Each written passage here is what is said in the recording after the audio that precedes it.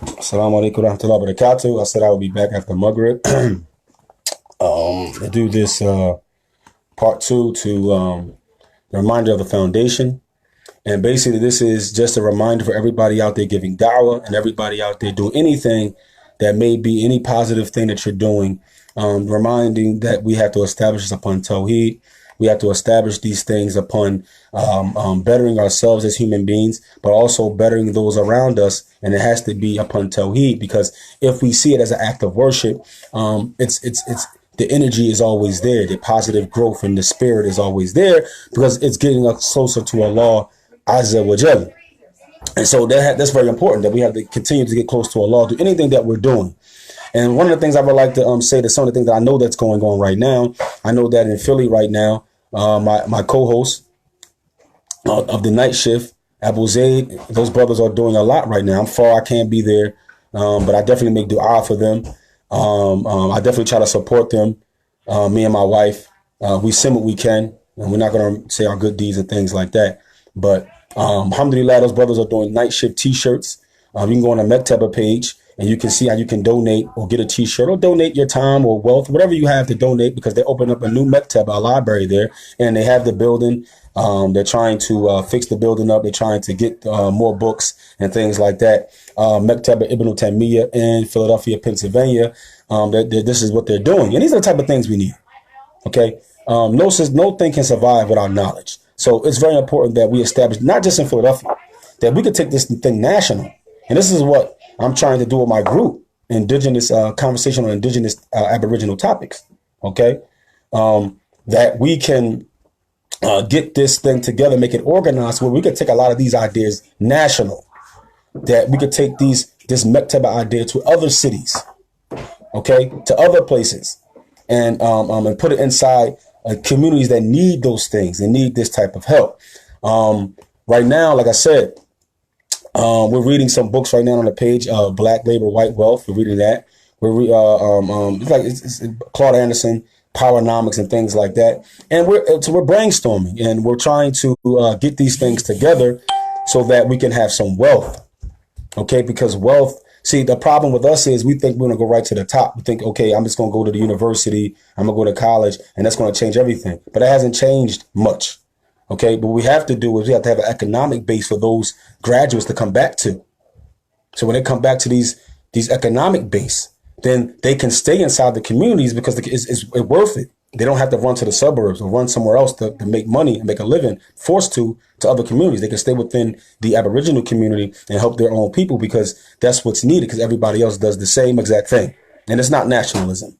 Okay, it's not nationalism actually it's common sense that you will help those people who are closer to you in your tribe, in your area, surrounding you, so that your children and you can benefit from being around these people and make them better human beings. This is common sense. And you don't need anybody to try to tell you other than that. So don't be afraid of people trying to say that it's nationalism on minbars and things like that, when they're foreigners from Britain and they're foreigners who don't know our plight, who don't care really, or not concerned about it really. But so they tell you that it's nationalism to do these types of things. And it's kind of like a slap in the face to my grandmother, my great grandmother Nan, who were basically forced to not speak their language anymore, forced to out of their Indian ancestral homelands, their Blackfoot reservations, and they were forced away from these things and forced not to teach us our culture and our heritage. Okay, they were forced and killed and hung from trees and things like that. And then these people come here and they're foreigners and immigrants here, and they tell us we shouldn't care about our own people. This is a slap in the face. And for the Aboriginal man to accept this from people like that, this is actually cowardness and being a coward. And we got to be better than that and stand up and say, hey, I don't care if you want a minbar, don't talk like that, or we'll throw you out of here. But anyway, this hadith that we're going to start, and like I said, we're just reminding people that whatever we're doing, whether it's group economics, whether it's opening libraries, whatever we may be doing in these communities that are needed of it, the Aboriginal communities, which are reservations, that's what they are. Okay. And we're doing this. We have to understand this is an act of ibadah, and we don't concept that, except that we have the concept la ilaha illallah, Muhammad, la ilaha illallah, and the concept of that. Anyway, just a reminder. It's a hadith of An Ibadat ibn Samit رضي الله عنه قال رسول الله صلى الله عليه وسلم من شهد أن لا إله إلا الله وحده لا شريك له. In this hadith, Ibadah ibn Samit, he said, wa alaikum salam wa barakatuh. He said, the Messenger of Allah, he said, whoever bear witness that none has the right to be worshipped in truth except Allah, unique without partners. There's no partners for him. He said that the whole rest of the hadith goes, قال رسول الله صلى الله عليه وسلم من شهد أن لا إله إلا الله وحده لا شريك له وأن محمدا عبده ورسوله وأن عيسى عبد الله ورسوله وكلماته ألقاها إلى مريم وروح منه. Hadith, the rest of the hadith. And he says, the Prophet ﷺ, he said, whoever bear witness that none has the right to be worshipped except Allah, unique without any partner, and that Muhammad ibn Abdullah sallallahu alaihi wasallam is his slave and messenger, and that Isa alayhi salatu salam is his slave and messenger, and a word that was given to Maryam, and a spirit from him, a soul that Allah created. Okay? So, Sheikh, excuse me, Muhammad Wahab's grandson, his name is Sheikh Abdul Rahman ibn Hassan rahimahullah ta'ala, the grandson of Muhammad Wahab rahimahullah ta'ala. He starts off by saying, he said, Man shahida لا ريب أن شهادة لا تكون شهادة إلا إذا كان عن العلم يقين وصدق. He says that this thing, when he says Man shahida, bear witness to, he said there is no doubt that bearing witness to something or affirming something cannot be except upon knowledge, certain knowledge and truthfulness. Okay, so this goes to show you that the first thing we have to begin with everything that we do has to be based on this letter of the law and knowledge. It has to be based on la ilaha illallah and ilm. So we don't start any movements, any type of help for anybody, except that we base it on la ilaha illallah, and we have to have knowledge of la ilaha illallah and the thing that we're calling them to, and whether it's economics and all of that type of stuff. We need ilm. We need knowledge. And the only way to uplift people is to give them the certain knowledge of who they are as spiritual beings. And that's Muslims and human beings that made a contract with their Lord to worship him alone. When he said, Alastu bi rabbikum, he said, am I not your Lord? Qalu bala. And they affirmed it. They said, yes. So we know that every human being on the face of the planet made that contract. So we got to call them back to that contract, right? So that's the first thing we got to do, right? Because the first of the social ills that are destroying our people is shirk and ishraq. Okay?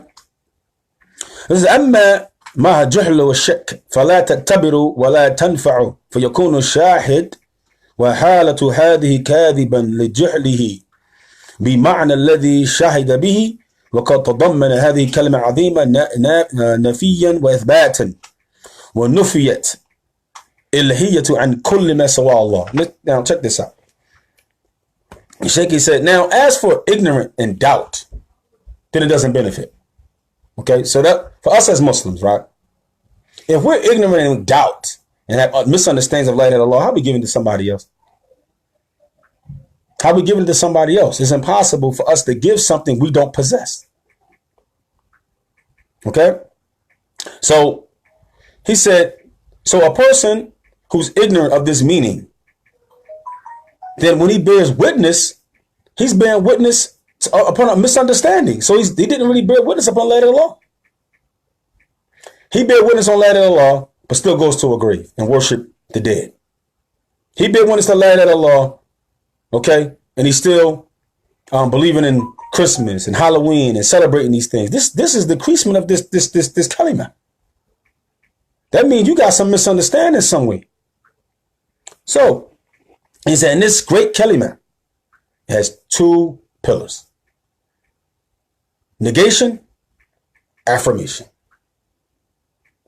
Okay, it says وَنُفِيَتْ إِلْهِيَّةُ عَنْ كُلِّ مَا سَوَى اللَّهُ. نُفِيَتْ إِلْهِيَّةَ عَنْ كُلِّ مَا سَوَى اللَّهُ بِقَوْلِكَ. So this kalima, let's get down to the nitty gritty. When we say la ilaha illallah, that statement and the belief behind it separates us from all the other human beings who have not said it and believed it. Meaning that we, with that statement and that belief, has removed every divine characteristic from anyone other than Allah. And divinity is any act that we deem unlimited, without blemish, that is not confined in the normal, everyday, human or created concepts or constructs. When you believe that something goes outside of that, and it's without blemish, without limitation, then this is divine characteristics. No one has this but Allah. Get that principle. And it affirms that Allah is the one that only has those divine characteristics. So it negates it from other than Allah, and it affirms it for Allah Azza wa Jal. So he says, "Biqawlik la ilah." So when you say la ilah, you're saying that there's no divine being. Athbata ilhiya lillah wahdu biqawlik. So you're affirming that there's no divine being but Allah. Right with that statement. And then here's the affirmation. Illallah. Do you affirm that for Allah? You affirm that for Allah. As Allah Azza wa Jalla says, Shahid Allahu annahu la ilaha illa huwa wal malaikatu wa ulul ilmi qa'iman bil qist. He says, and that Allah affirms or bear witness that none has the right to worship except Him. Allah Himself, look at this. Allah Himself. Who is it that can describe Himself and tell about Himself better than Allah? Man ahsana qawlan. Man ahsana qilan min Allah. Who's better than Allah? Who's more truthful than Allah? Man asdaqu qawl wa asdaqu qila than Allah subhanahu wa ta'ala. Allah is telling you, He Himself in this ayat bore witness that none has the right to worship Him. He negated divinity from other than Himself and affirmed it for Himself. He. Right? Wal malaika. And the malaika, they affirm this for Allah. وَعُولُ الْعِلْمِ قَائِمًا بِالْقِسْطِ. And those who possess knowledge. لا إله إلا هو عزيز الحكيم. And that Allah subhanahu wa ta'ala is Azizul Hakim. Okay? That Allah subhanahu wa ta'ala is Azizul Hakim. That Allah is wise with His power. He's not frivolous with His power. Allah subhanahu wa ta'ala has power over everything. But He has wisdom, hikmah with His power. Not like one of us. We got a lot of power. We may not have no hikmah with our power. We oppress. We do stuff. All types of stuff to people. We got people underneath our control, as we see in this country. They're not doing right by the people here. They got full control of the situation as far as the dunya is concerned, but they're not just with the people. But Allah subhanahu wa ta'ala is even more mighty than them. He can do whatever He wants, when He wants. But Allah has wisdom, and everything is planned out and ironed out. It's just not frivolous behavior. Okay? What's going on, Liam? What's going on, Sheikh? What's happening with you, man? You know what I'm saying? Alhamdulillah, that's our brother Liam from Britain. You know what I mean? He called himself the token Caucasian guy on the group. You know what I'm saying? But we love him, though, man. We love him, man. That's our brother from another mother. Okay. فكم ضل بسبب الجهل معناها من ضل هم أكثرون فقبلوا حقيقة المعنى فأثبتوا الهية المنفية لمن نفيت عنه من مخلوقين أرباب القبور ومشاهد وطواغيت وأشجار وأحجار وجن وغير ذلك. Okay. Now, one of the problems that we see is that people are ignorant of La ilaha illallah, right? So if you're ignorant of La ilaha illallah, what won't you do? So when you're ignorant, what does Shaykh mean that you jahl of La ilaha illallah? Mean of the pillars of it. Because when you're ignorant of the pillars of La ilaha illallah, one of the things that comes from that, you don't know what to negate, what to affirm. To who? To what? You understand? So if you're ignorant of Nafi wa Ithbat, one of the things you're going to fall into, you're going to start worshiping other than Allah Azza wa Jal, and you won't know what worship is. And you'll make statements like we're not worshiping them, we're only using them to get close to Allah. Because you don't understand this thing about negating divinity. Because the only reason that you're praying to anyone in the grave لماذا أنتم تعبدون القبور؟ ليه يعني؟ ليه؟ لكي يدعوهم للنفع ويخافوا من الضر. The only reason that you call upon the people in the grave is because you want some good from them and you want to ward off a harm. So what Shaitan has tricked you into believing that they have made them a vehicle, just like righteous deeds, just like using Allah's names and attributes, just like asking somebody who's righteous alive to make dua for you. You've made that a fourth way to get close to Allah. But the problem is the same actions and the same concept of divinity that you're using on Allah, you're applying it to the one in the grave. This goes against the two pillars of La ilaha illallah. Nafi wa ithbat. Because you're affirming divine quality of some other than Allah and you're not negating it from them. So you went against the two pillars of La ilaha illallah that hold it up. And without one of these pillars, there's no way you could be a Muslim and there's no way you can establish Tawheed. Okay? So, and he mentioned from the Tawaghit, like those who worship the graves, people worship trees, people worship the rocks and the jinn. All of this is considered what? Tawaghit. Okay? واتخذوا ذلك دينا شبحوا وزخروا واتخذوا توحيد البدع وانكروه وعلى من دعاهم إليه فلم يعرفوا منها ما عرف أهل الجاهلية من كفار قريش ونحوهم. This is important. فإنهم عرفوا معناها وانكروا ما دلت عليه من الإخلاص كما قال تعالى ويقولون إنا لتاركوا آليتنا لشاعر مجنون. He's saying that these people had taken this concept of going against the pillars of La ilaha illallah and they made this a deen, okay, from Ahlul Qubur, from the people of the graves and the other kuffar and mushrikeen in the earth, okay. And what they have done is that this has been made beautified to them, right? And they have taken Tawheed as a bid'ah, okay. They'll say stuff like, oh, if you don't go to these graves, then you're disrespecting the awliya. If you don't go to these graves, you're disrespecting the family of the Prophet alayhi salatu salam. You understand what I'm saying? So the reality of all of this is the ignorance of the meaning of La ilaha illallah. And they think that coming and saying now that that's shirk and kufr is the bid'ah. But what they're doing is the bid'ah. This is how Shaitan reverses things and plays around. Okay? So he says, and then they go against the one calling them to it, they stand against. They say, man, get out of here. We ain't trying to hear that. You tripping. So, and they don't know the meaning of La ilaha illallah like the past nations did, like the people of Quraysh did. And what's the proof? The people of Quraysh, when they heard La ilaha illallah, they didn't say it meant La Rabba illallah. They didn't understand it that it was only Allah, meaning Allah was the Rabb only. Okay? They didn't mean that only Allah could be obeyed. They didn't get that from that. When La ilaha illallah was said to them, look at the response that the pagan Arabs gave. Number one, they understood the language. They understood the intent of the Prophet ﷺ when he said this stuff. They understood the aqidah behind it. He says, يقولون, he said, إنهم كانوا إذا قيل لهم لا إله إلا الله يستكبرون.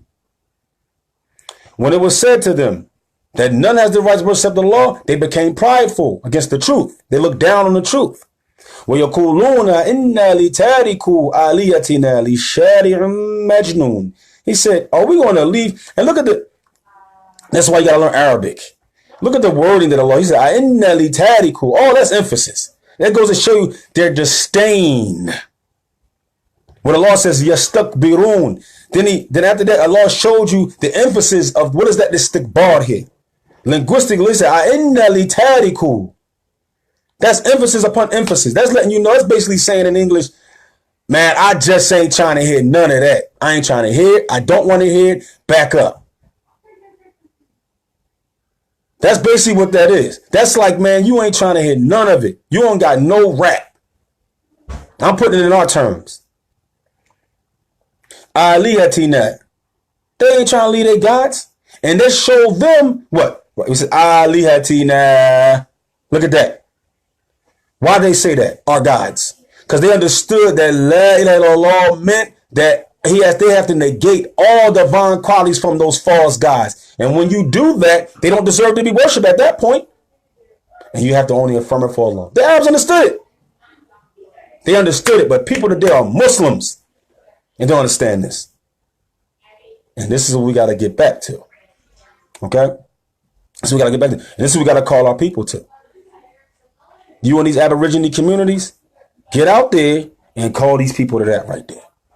If you can't always say it in words, say it in actions. Okay? Because La ilaha illallah just ain't about talking. It's about actions. That's from our belief. Statement of the tongue, belief in the heart, action of the limbs. Let's get to work. We got people that need dawah. We got people that need economic reform. We got people that need social change. We got people that need spiritual uplifting. Let's get out there and get some work done. Let's get out there and get some work done. We should be the face of all the positive movements in the Aborigine community. We should be. Not the FOI, not the church, not Jesse Jackson, not Al Sharp, none of these slick back pass, none of them. Not none of these Boule members, none of these fake black leaders, none of them. It should be us, Ahlu Sunnah. People of Sunnah should be out there. So anyway, وَمُشْرِكُونَ مِنْ أَوَاخِرِ هَذِهِ الْأُمَّةِ. Right? Oh, so he says, ما أنكروا أولئك على من دعاهم إلى ترك عبادة وما كانوا يعبدون من دون الله من القبور والمشاهد والطواغيت ونحوها فأولئك عرفوا هذا معنى أنكروه هؤلاء جهلوا هذا معنى أنكروه. He said one of the things we understand is that if you look at the people of the later of this ummah now, this is 200 years ago maybe, but we can still apply this to now. We look at people today or back then, when you call them away from worshiping their false deities and stuff like that, from their tawaghit, they went against it. Okay, so for example, when you call a Sufi or a Shi'i away from worshiping graves, he doesn't want to hear you based upon ignorance.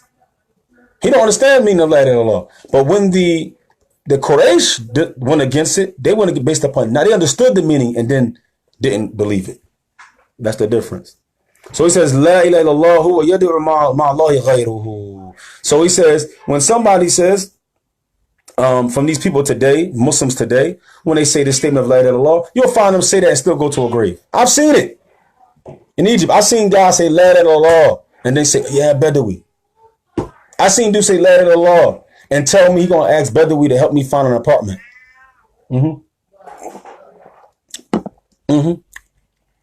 Yep. Sure did. I watched masters that call the Adhan, got La ilaha illallah in the Adhan. You got a grave in the masjid. Let's keep it real. Let's keep it real. Okay? It says, قال ابن القيم رحمه الله تعالى وغيره إله هو الذي تألهه قلوب محبة وإجلالا.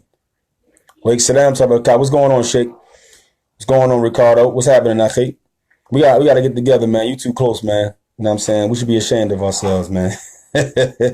وإنابة وإكراما وتعظيما وذلا وخضوعا وخوفا ورجاعا وتوكلا. He says that Ilah is the one that is divine, that the hearts accept as being divine. Your heart is attached to this divine being upon love, veneration, repentance, right? Submission, glorification, okay? Submitting yourself to, being lowly in front of, fearing him, having hope in him and trusting him. This is a God. But why did he mention divinity here? Because having all of that, divinity has to be the foundation of it. It's the foundation of it. So divinity is the foundation of all of this stuff. Because you don't do any of this for anything you don't believe is divine. Okay? Okay? Because something that's not divine, I know I can get away from you. You want to harm me? I put my dukes up. We can, I can defend myself. I'm not afraid of nothing that's not divine. Even if I'm afraid, I know I can hurt you or I can hurt that animal. I can get out of the situation. But something that's divine, that you believe is divine, you don't believe you can get out of the situation except doing what? doing acts of obedience towards it so it can be pleased with you and doesn't harm you. That's the only way out of something you believe is divine. This is why actions derive from that belief. Because all the actions are is you preventing yourself from being harmed so this thing can love you. That's why this belief produces actions. Whether it's for other than Allah, which would be shirk, or it's for Allah, would be tawheed. That's why that belief produces actions. Okay? And so we got to call people to. You got to get out there in the street. And so that is basically that. You know what I'm saying? It's not really too much. They're basically saying, basically saying the same thing. But I just want to touch on something else. Inshallah, not going too long. One of the things that Sheikh bin Baz, he did a nice, just a reminder. I think I've read this before, but I just want to reiterate it. It's kind of short. Sheikh bin Ibn Baz, he did this ba'ath of this book called The Meaning of La ilaha illallah by Sheikh Ahmed Milibar. Most of us probably don't even know the Sheikh. Okay? And it was about the meaning of La ilaha illallah. And the Sheikh mentioned in his Muqaddam that he just didn't read the book, that he studied it. He pondered over the book as he was reading it, right? And he said, and there's three meanings that we find amongst the Ummah of Islam when we're talking about La ilaha illallah. And Sheikh bin Baz, he said, that the first meaning that we have is that none has the right to be worshipped except Allah in truth. Then we have La muta' bihaqq illallah, and that no one is obeyed but Allah. Okay. Then we have the third meaning, La rabba illallah. The third meaning is that there is no Lord but Allah. And we know that's the next two, the last two are false. Okay, and we know some of the groups that have this meaning, like the Khawarij and the Qutbiyyin, they have no one is obeyed but Allah. And we have the some of the Sufis and the Tablighi Da'wah, they have the one La Rabba illallah, that there is no Lord but Allah. As long as you accept Allah's lordship, then you're a Muslim. But we know we have many proofs that kill all of that. But now Ibn Abbas said the first one is the most correct one, right? Which is the only one. And he says that, and the reason Allah subhanahu wa ta'ala says in the Quran al-Kareem, إِيَّاكَ نَعْبُدُ وَإِيَّاكَ نَسْتَعِينُ Surah Al-Fatiha. Iyaka is not the same thing as saying Nahnu na'buduk. Allah used Iyaka, it establishes hasr, meaning it's only that thing that you're saying is only given to this, basically. And we say it in English terms.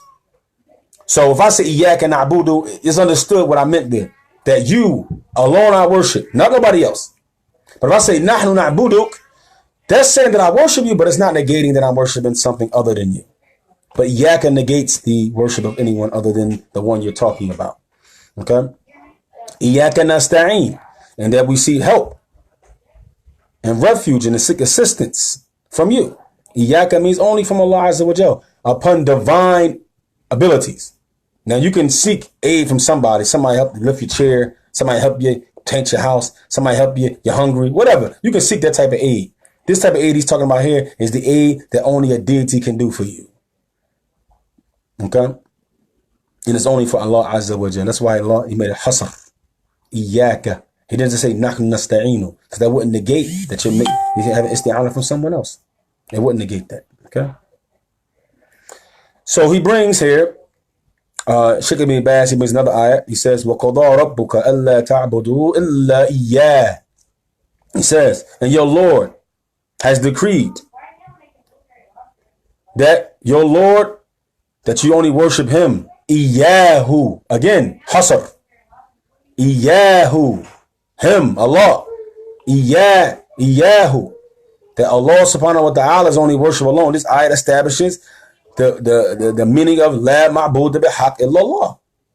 That Allah himself has decreed, made law, universal law, legislated. Some people obey and some people don't. So he also, this is Surah Al-Isra, verse 22.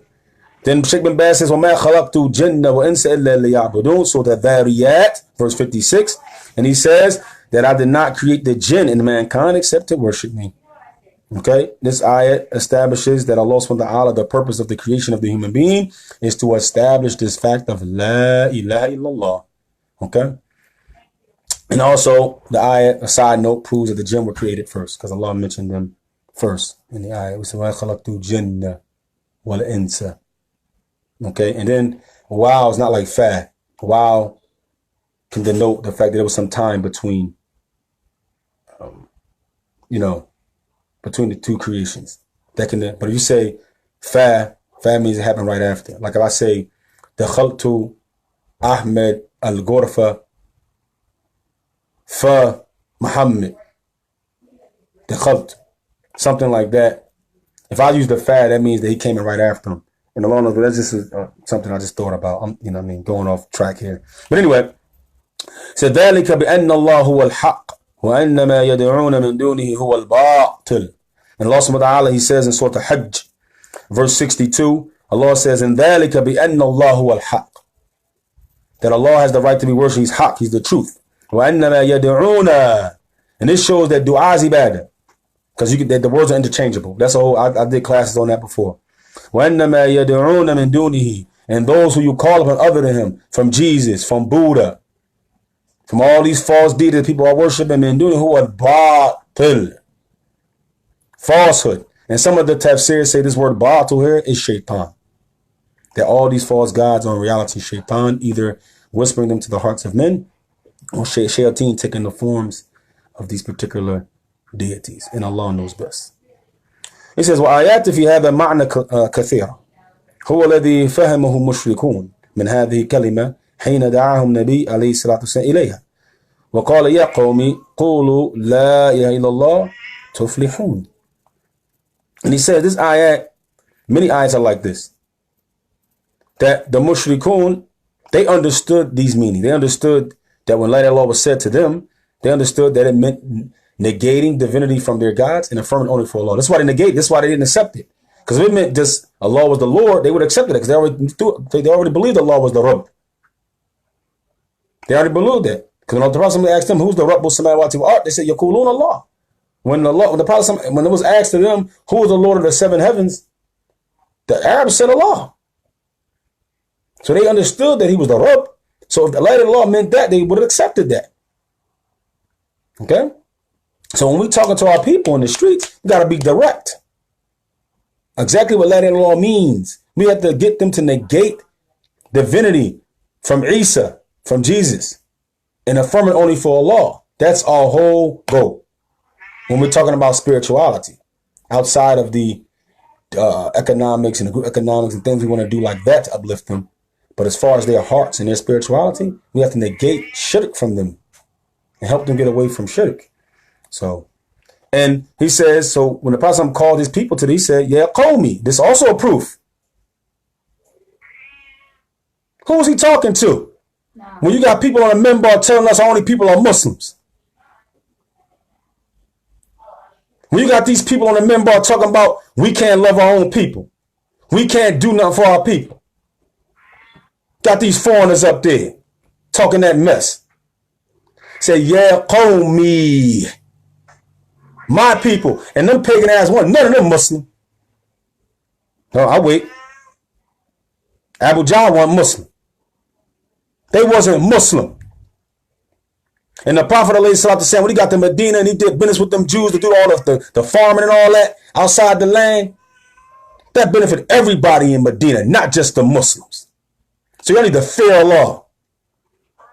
Y'all need to fear Allah, man, and get off them minbars talking that mess.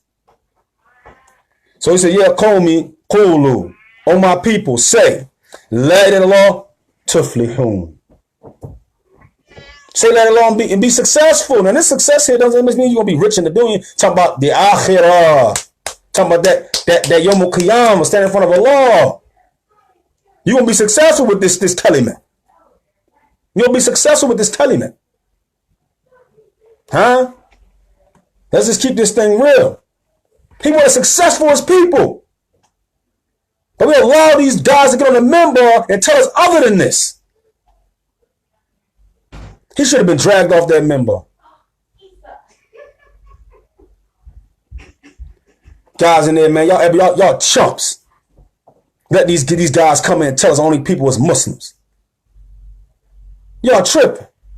When the Prophet said, when every ayah in the Quran, them Anbiya say, "Oh my people," every single one, and they try to help them in other ways other than just Tawheed. They try to come away from the bad behavior.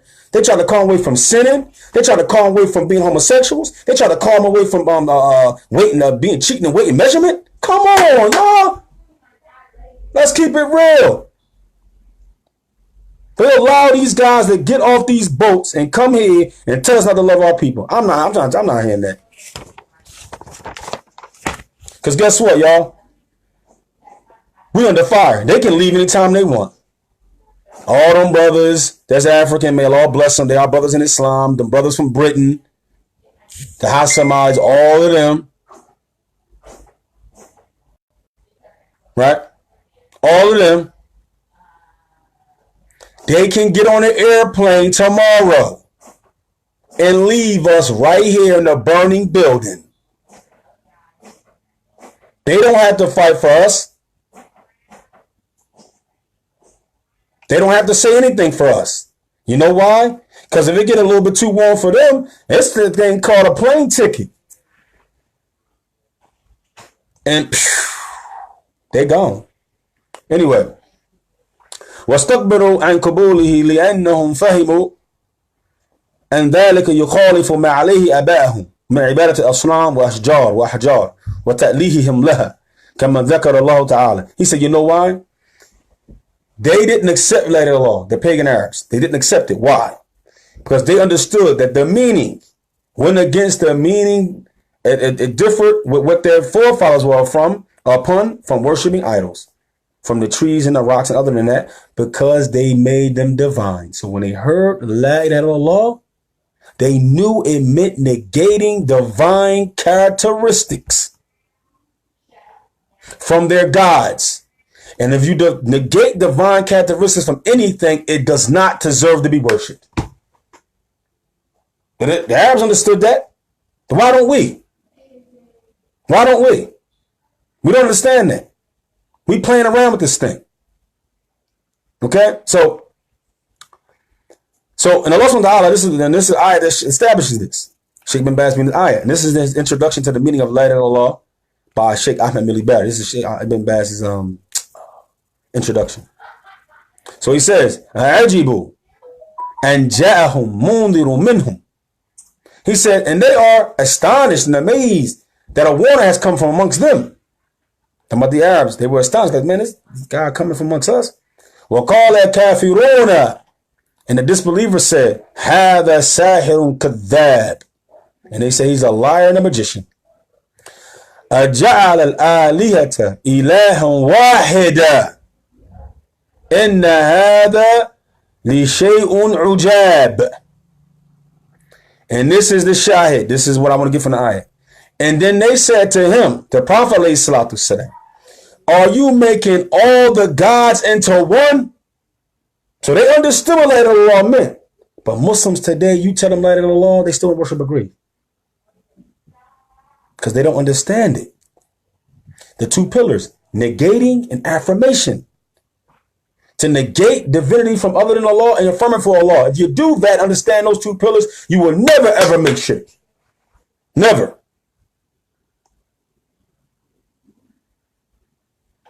May Allah save us from shirk. And they said, this is a strange thing. They weren't trying to hear it. They understood what it meant. They ain't giving up their money. All of a sudden, they're going to stop saying them gods that can't be worshipped. They was making money off Mecca. People was coming in from all over the world. All over the area, selling and buying. When they came to pray to them stones, they were coming there trading, and the Quraysh was getting paid.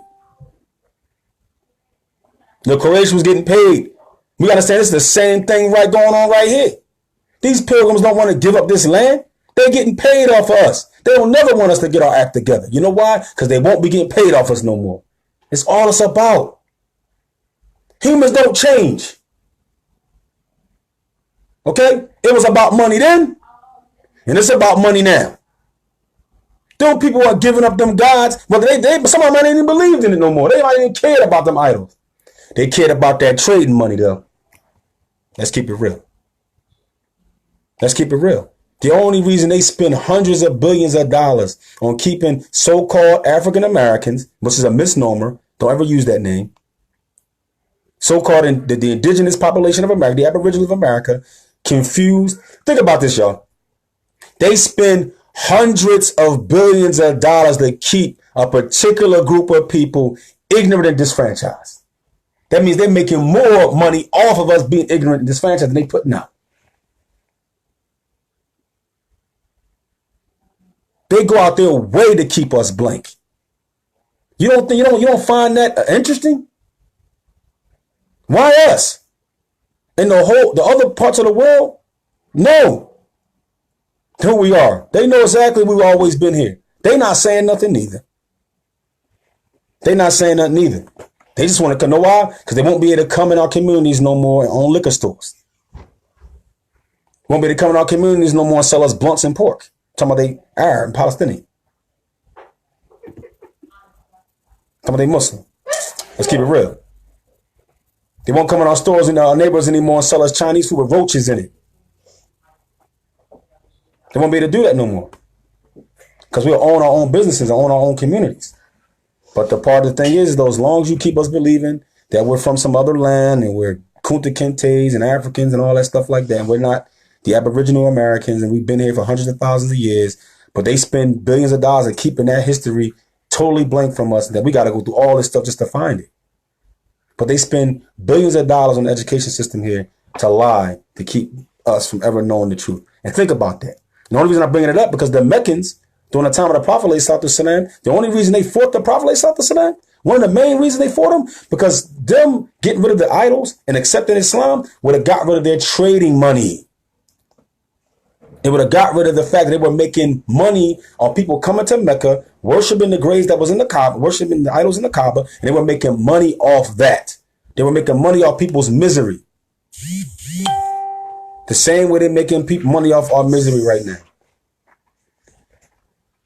So he continues. Sheikh Ibn Abbas continues. He says, فَعْلَمْ مِنْ ذَلِكَ أَنَّهُمْ فَهِمُوا مَعْنَاهَا بِأَنَّهَا تَبْطِلُ آلِيَتَهُمْ توجب تخصيص عبادة لله وحده ولهذا لما أسلم من أسلم منهم وترك ما هو عليه من الشرك وأخلص العبادة لله وحده لو كان معناها لا رب إلا الله ولا مطاع إلا الله لما أنكروا هذه الكلمة فإنهم يعلمون أن الله ربهم وخالقهم وأن طاعته واجبة عليهم فيما علموا. Look at this. Sheikh Ibn Abbas rahimahullah ta'ala. He said, and from this ayat we know, right? When he says, إِنَّهُمْ كَانُوا إِذَا قِيلَ لَهُمْ لَا إِلَهَ إِلَّا اللَّهِ يَسْتَكْبِرُونَ. Okay? When the Prophet said, La ilaha illallah to them, what did the kuffar do back then? What did the pagan Arabs do? They got prideful. And they said, وَيَقُولُونَ إِنَّ لَيْتَارِكُ. Are we going to leave our deities for this mad poet? Are we going to do that? This ayah shows that what? That the Arabs back then, they understood the meaning of La ilaha illallah. They understood it. Because as soon as the Prophet said it to them, they went straight, oh, hold up, we got to leave our gods? That meant that they knew that the Prophet was asking them, telling them that Allah was commanding them to stop worshiping these false gods because they wasn't divine. They didn't have the right to be worshipped. They understood it completely. That's why they responded like this. Like, hold up, we got to leave our gods? Hold up. Okay? And they understood it because if it was the meaning of La Rabba illallah, right? If that meant that La ilaha means there's no Lord but Allah, they would have accepted that because they understood Allah was the Lord. They understood that. They understood that Allah was their Lord. Because every mushrik religion has demigods. It has a god set up. It has the alpha god and then all the demigods underneath it. And they understood that Allah was the alpha god. He was on top, and that all these other gods, he created them and made them vehicles. They believed that. Right? So I'm saying they understood the concept. He said, hold up, we got to get rid of these demigods? Oh, you tripping. There's only one who's divine. We can't use these other gods. Number one, that got them upset. Then they said, hold up. Economically, we're going to lose out. Same thing we're going through right now with the pilgrim invader who occupying our lands right here in America. The same thing. They don't want to give it up because it's about money. And nobody's asking anybody to give anything up. We ask people to be just and give us the rights that belong to us in our own land. Anyway, he says, أنه من عنده سبحانه لكنهم كانوا يعتقدون أن عبادة أصنام وأنبياء وملائكة وصالحين وأشجار ونحو ذلك على وجه الاستفاء بها إلى الله ورجاء وأن تقربهم إليه زلفى كما ذكر الله ذلك عنهم سبحانه في قوله الكريم. Now listen to this. Let me read it. He said, it wasn't that they didn't think Allah had to be obeyed. They believed that. They believed that obeying Allah was wajib. They believed that Allah was the Alpha God. He's the Rabb, the creator of everything. We have many ayahs that says that. Right? And they said, who created the heavens and earth? فَيَقُولُونَ Allah. Who created? مِنْ خَلَقَ السَّمَاوَاتِ what? فَيَقُولُونَ Allah. And who created the heavens and earth? They're going to say Allah. Right? We got many ayats like that, right? Many ayats. He said, if that wasn't the issue. The issue is that they believed that the righteous, the angels, the rocks, the trees, and these so-called false deities that they carved with their own hands were a way of seeking nearness to Allah, a vehicle for him. Just like you would catch the train downtown to get to a goal. And that they didn't believe that was worship. Even though they were doing acts of worship that Allah only legislated for him, with some of the same beliefs with it, which was the only way that these things could hear you or see you was that they had to have divine qualities to see you from a distance, to hear you from a distance, to hear you at night secretly, to know your heart, to take it to Allah. How does something that's dead or a stone is in a grave in the dirt or a stone take anything to Allah? You have to believe that there's something spiritual, there's something supernatural, or something divine going on. There's some divine communication going on. There's something beyond human capability going on, or created capabilities going on. That right there is giving some divine quality that only belongs to Allah Azza wa Jal. So he says, وَيَعْبُدُونَ مِن دُونِ اللَّهِ, and they worship other than Allah. مَا لَا يَضُرُّهُمْ, they don't harm them, وَلَا يَنْفَعْهُمْ, and don't benefit them. وَيَقُولُونَ هَؤُلَاءِ شُفَعَاؤُنَا عِنْدَ اللَّهِ, they only say, hey, these are just our intercessors with Allah. That's all they say. Don't they say that about Christ? Oh, you can't get to the Father except through the Son. It's the same concept, y'all. Same concept. Shirk not changing. Mushrikeen ain't changing. This Aqidah not changing. These people, you can give it any name you want to give it. You can call alcohol wine and spirits. Guess what? It's still alcohol. You can't change it. So then Allah kills all of this. Where he says, قُلْ أَتُنَبِّعُونَ اللَّهَ بِمَا لَا يَعْلَمُ فِي السَّمَاوَاتِ وَلَا فِي الْأَرْضِ سُبْحَانَهُ وَتَعَالَى عَمَّا يُشْرِكُونَ. This is this ayah. He says, say, do you inform Allah about something he doesn't know in the heavens and the earth? Do you? Allah needs these intercessors to inform him about something? Like I need, like I come and my wife got to inform me something that happened in the crib? That's what you saying? You saying that now Allah subhanahu wa ta'ala is sitting above his throne, and you talking about something like he's some old looking Caucasian man with a beard with sandals on, and that he need one of his creation to come up there and say, hey man, you know so and so. Subhanallah. And that's why Allah said at the end of the ayat, Subhanahu, that's Tanzeel. Subhanahu, that's clearing Allah from any imperfections. Ta'ala, both of them are clearing Allah. Allah is free from imperfections. He's the most high, he's great. Amma yushrikun, Allah called it shirk. He called saying Allah as an intercessor, trying to use a vehicle that saying they get into Allah, close to Allah through these things. Allah called it shirk. Say amma yushrikun. That's the hukm right there. Call us. That's the hukm. Got the hukm from Allah. And in his speech. Tanzilu kitab min Allah Aziz al-Hakim. And this has been sent down. This is Surah to Yunus, verse 18. And he said that this has been sent down from Allah, the Aziz al-Hakim. Inna anzalna ilayka al-kitab. Quran bil-haq. Fa'budu Allah mukhlisan lahu ad-din. And Allah says, and we, inna, no doubt, anzalna ilayka kitab. Ilayka is the Prophet ﷺ. You the book with truth. Fa'budu Allah, to worship Allah sincerely in his deen.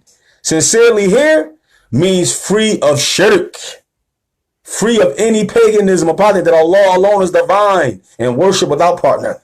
Mukhlis. This is what we got to call our people to. Why we call them to economic growth. Why we call them, but it has to be based upon this.